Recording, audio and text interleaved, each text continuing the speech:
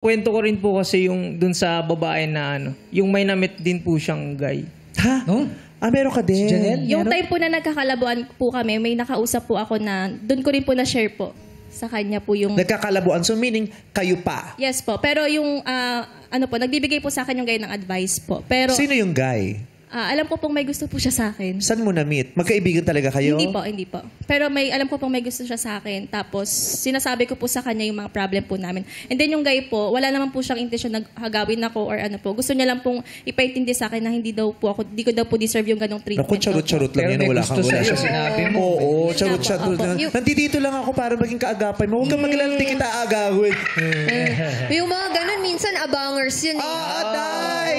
Nung nawala, Mga talip-tip sa wakali ang tawag dyan sa lugar natin. Naku, ayun na naman mga talip-tip sa wakali. nung nawala, pasok. Pero kahit ganun po, alam ko pong baka possible na ganun po yung maging kahinatnan nun sa amin nung guy. So, iniwasan ko po.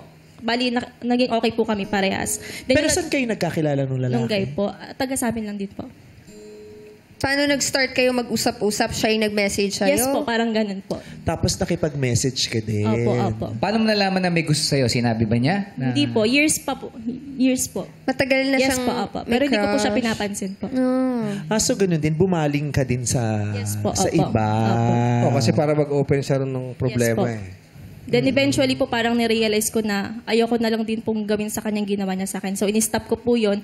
And then I'll try po talaga na makipag-ayos sa kanya. Then eventually naging okay naman po. Naging okay po kami. Then dumating po yung OJT. Then dun na po nangyari. So salitan lang sila ping-pong. Yung lalaki chichika sa iba. Yeah.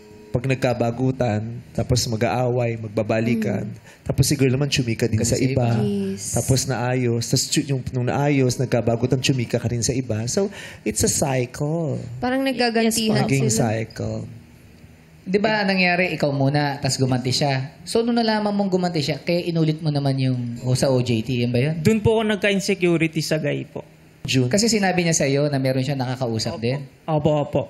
So, kaya ka gumanti. Opo, doon ko po nakwento doon sa babae yung mga insecurities ko. Tapos siya po nagbibigay sa akin ng advice na hindi naman dapat ma-insecure sa ibang guy kasi iba-iba po ng ng katangian yung bawat lalaki. Ganun din, yung ginawa niya, ginawa mo din. Kasi siya din, yung issues nyo, Inopen kinukwento mo dun sa bago mong guy na nakilala. Tama? Yes po, opo. Ah. Pero yung guy po, advice po sa akin. Ganun po. So, kumuha sila ng comfort sa ibang tao. Hindi ako, more on kung kaya mo, kaya ko rin.